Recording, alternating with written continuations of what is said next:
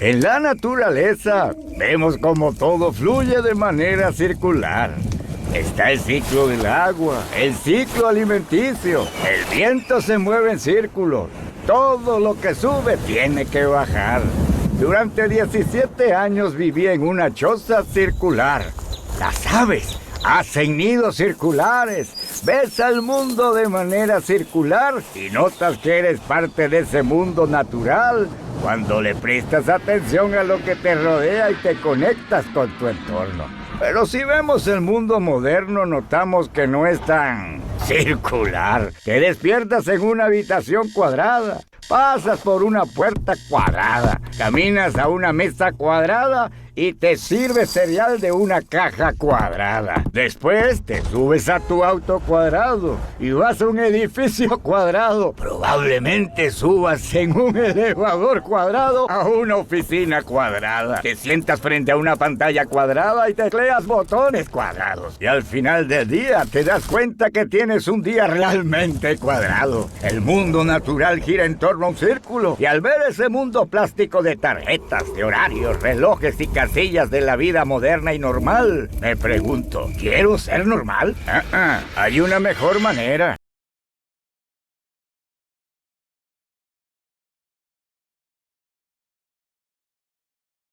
Just really try to set up certain like a machine where financially we can really help one another. Because, you know,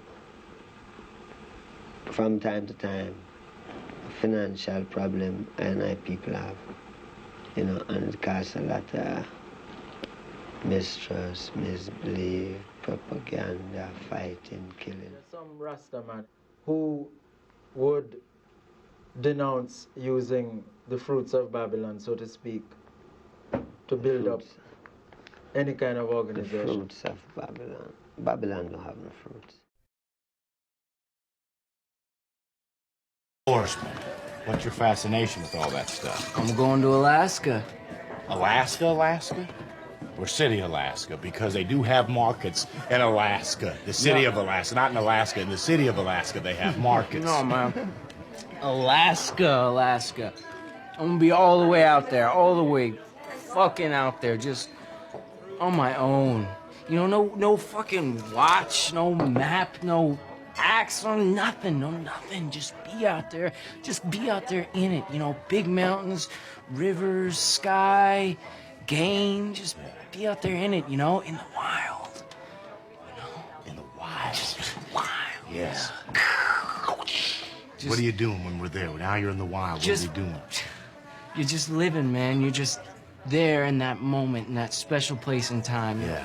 Maybe when I get back, I can write a book about my travels. Why not? About getting out of this sick society. Society, man. Society. You know, society. 'Cause, you know what I don't understand? I don't understand why every fucking person is so bad to each other so fucking often. It doesn't make sense to me. Judgment, control, all that, the whole spectrum. But just... What people we talking about? You know, parents, hypocrites, politicians, pricks.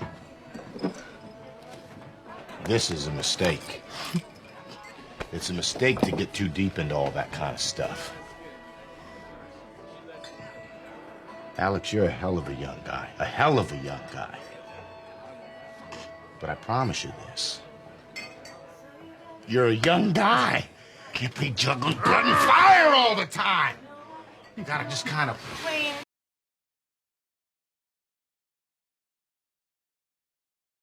Durante la década del 90, la nueva década infame, fueron los años en los que el mal gusto invadió la nación.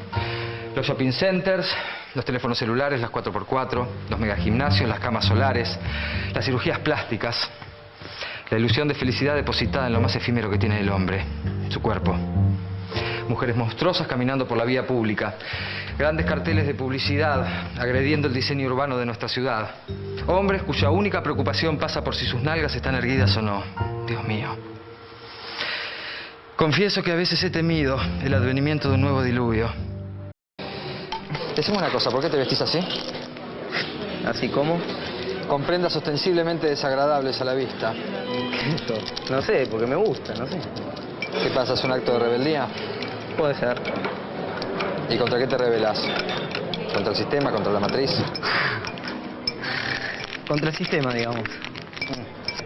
Decime una cosa, ¿vos sabés quiénes son los dueños de las fábricas que hacen esas remeras? Viven en barrios privados, te lo aseguro.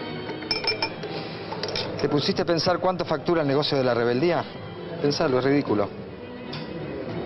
Tanta gente combatiendo el sistema y el sistema cada vez más enriquecido. Hoy por hoy, si te querés rebelar, tenés que usar saco y corbata.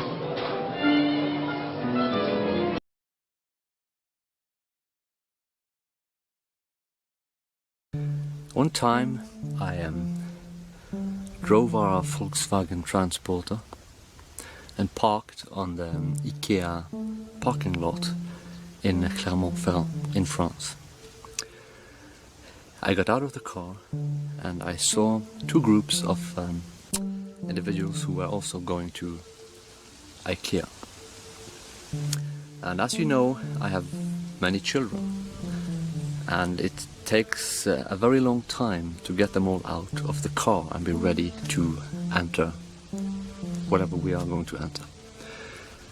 Always you have one child who needs to go take a leak.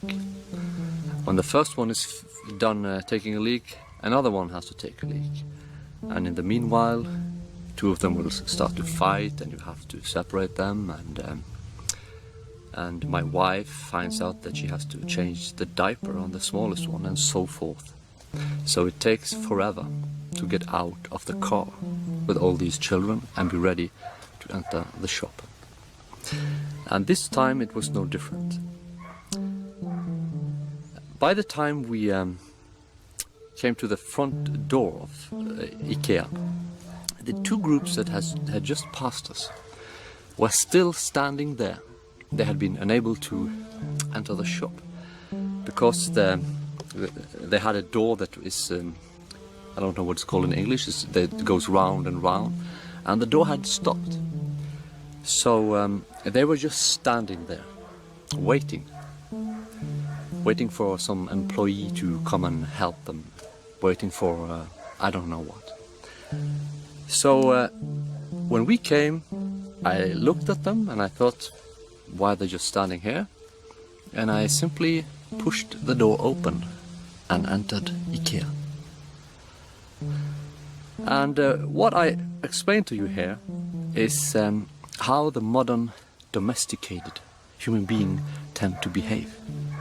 It is completely domesticated. It is completely assisted. It needs help for anything and everything. And is also programmed to expect help to perform even the most simple tasks. When they witness a crime, they don't do anything. They expect the police to arrive and solve everything. If they see a fire, they call the fire brigade. If they see someone hurt, they will call some first aid unit or something. And this is the consequence of civilization. A total domestication of man. A man that is completely useless for everything except the one single task he or she has been trained for. The modern man, the civilized man, is a broken man. All civilizations fall. The barbarian hordes overrun them. And they fall because the civilized man is domesticated. He is just cattle and unable to resist, unable to offer any resistance. If a civilization wants to survive, it has to cast away civilization and return to barbarism.